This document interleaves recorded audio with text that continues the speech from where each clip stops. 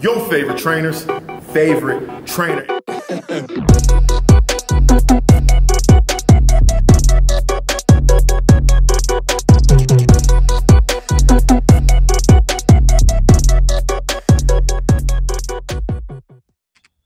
What up, YouTube? It's yo man, 100 Gram, Mike Trotter, and I am, with the scratchy voice, the PT Boss, your favorite trainer's favorite trainer. And today, we just gonna do some Q&A.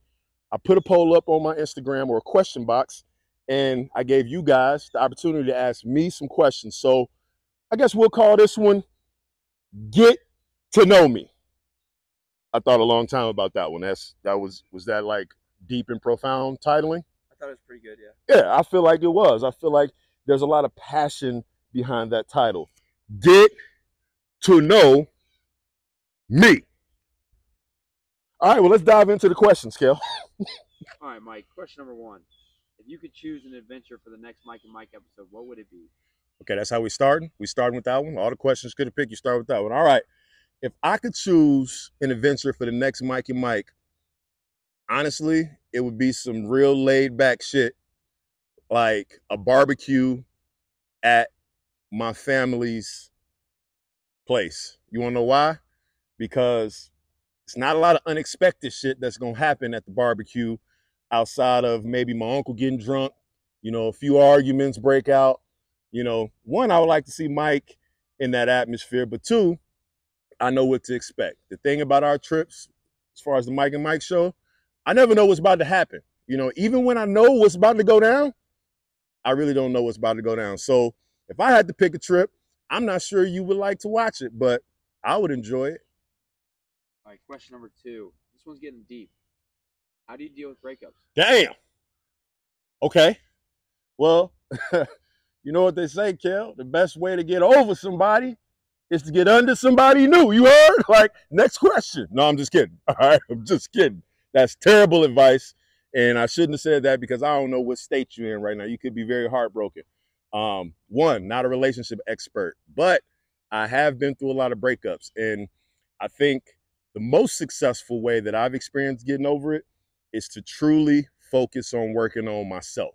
You know what I mean? Because I've been the guy who, once we broke up, I wanted to make the other person so jealous that I was doing shit to get their attention, over posting on social media, you know, hanging out with other chicks. Don't do those things if, you know, the goal is to get better.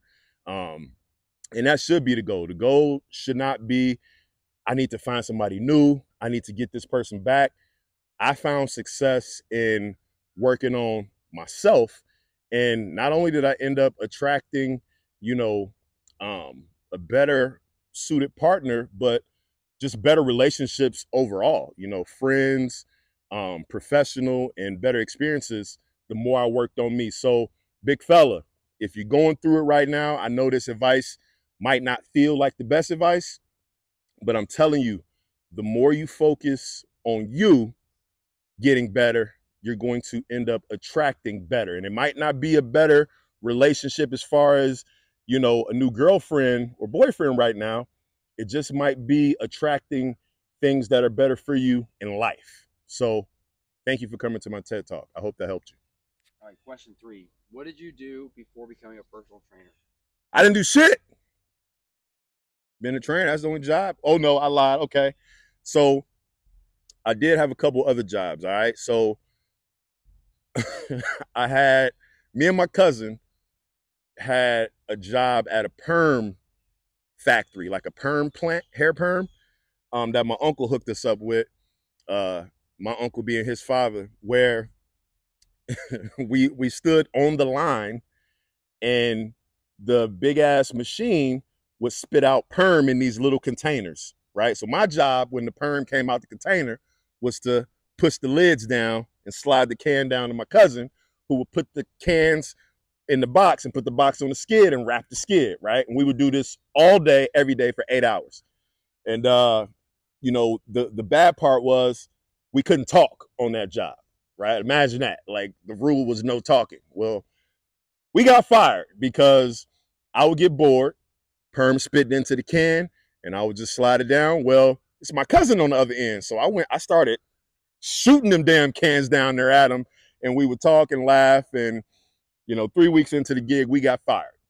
The other job I had, I worked at Cracker Barrel as a waiter for 3 weeks. And I didn't get fired from that job, but I actually walked out on the job.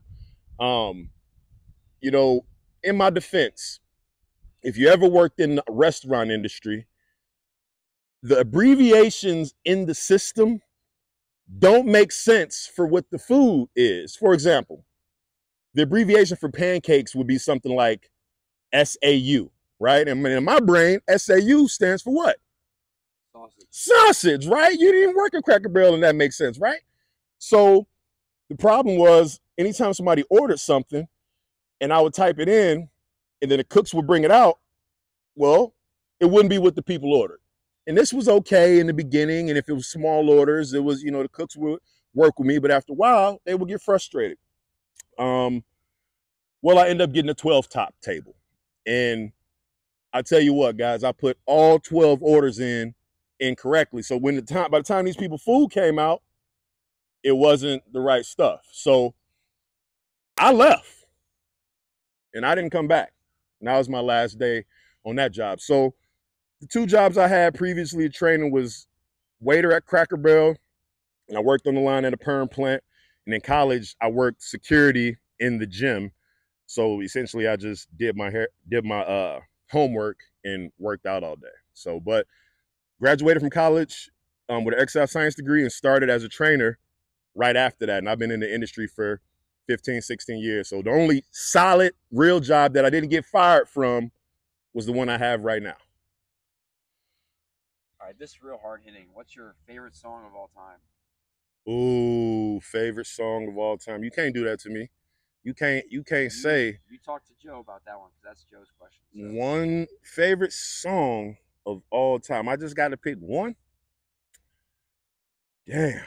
Like if you had to go, feeling right, one song to just get you going. One song. Yo, I tell you what, man.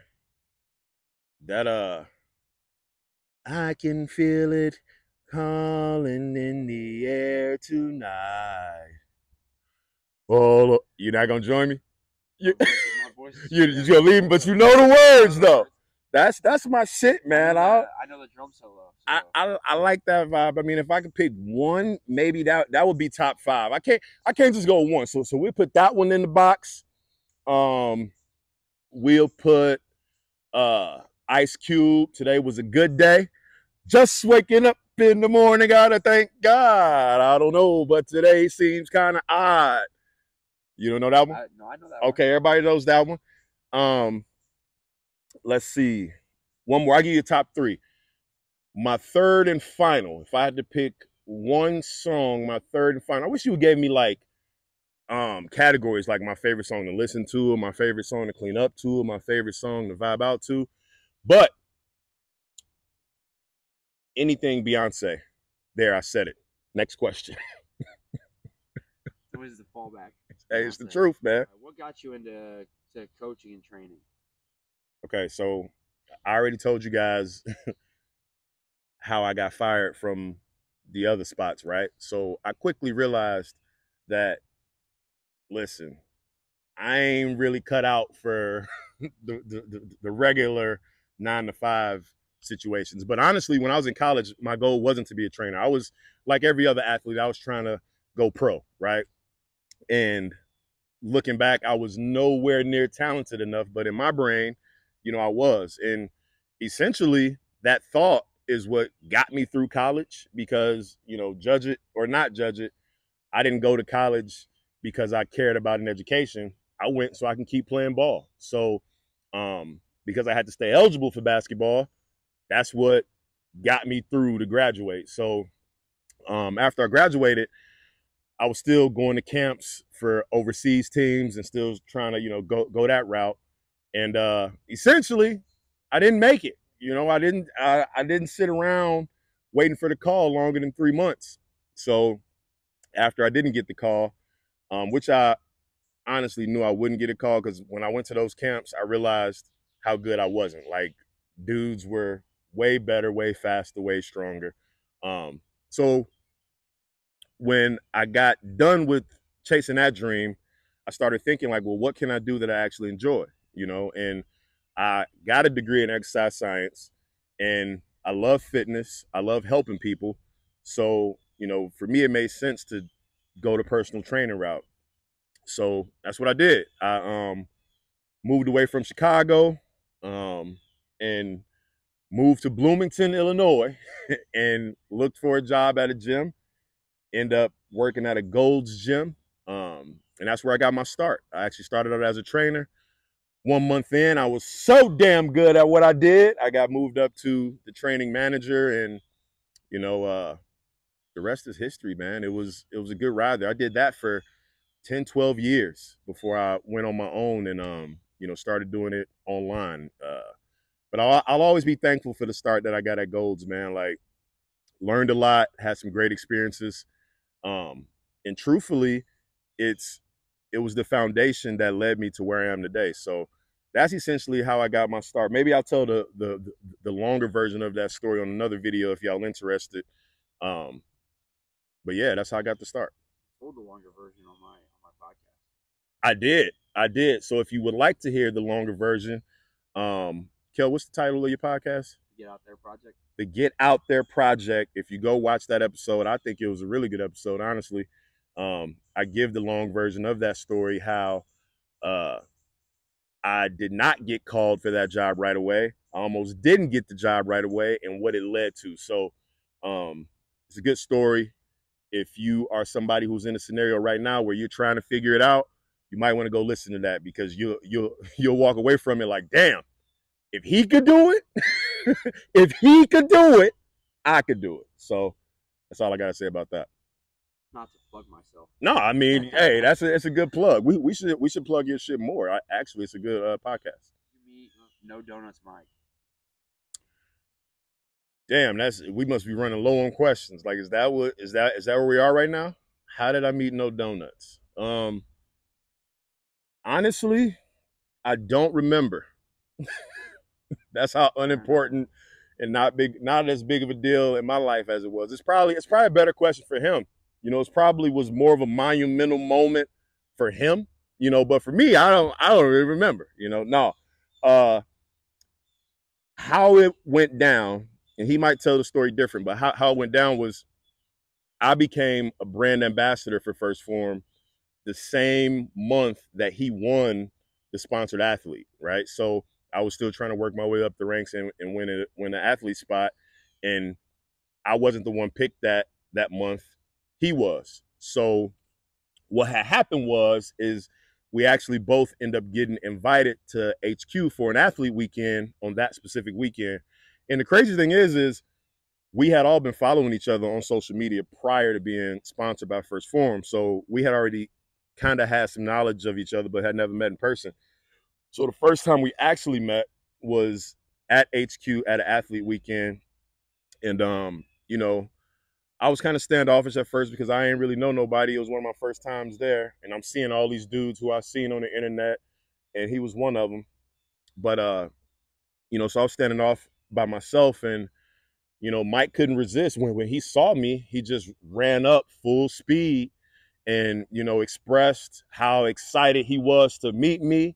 He was letting me know how he likes all my social media posts. So basically, he's just like a big fan. Yeah, he was a fan. He was a fan. You know, he even cried. You know, there's video footage of this somewhere. I'll dig it up if I can find it. But yeah, he cried. He got emotional. He was like, you know, I don't want to bother you, but is it all right if I take a picture? I'm just like, you know, this really ain't the thing. I just came here to hang out with my people. But yeah, man, I see this really means a lot to you. He said, man, it means so much. Like, this is the only reason I even came here. So I don't know how he knew I was coming, because I didn't know I was going to be there. But anyway, that's how I remember the story. And somehow through all that, we actually became friends. And now we got this YouTube show, The Adventures of Mike and Mike. So the rest is history, man. So it started out as kind of like a charity thing, you know, and now it's evolved into a real friendship. So I guess the moral of that story is, anybody you admire the way Mike admired me, you know, maybe you should take that approach, and it might work for you too. You know, the tears falling. Yeah, it was the tears that did it, man. It was like I could sense his nervous energy, and like it was kind of weird and awkward. I'm like, let me make this fast. I'll just, you know, hit him with a fist bump, maybe a hug. But then the tears, I'm like, all right, man, we can hang out. So that's how it went down. Oh yeah. If you could live anywhere, where would it be? With my damn parents. Is that I probably shouldn't answer that. Listen, here's why I say that. Okay. I did not appreciate the awesomeness of having free groceries, having a free place to stay, you know, and my mom is dope as hell. So like, you know, I can honestly say I didn't even appreciate being able to be around her as much as I was, and you know, learning the life lessons that she would teach.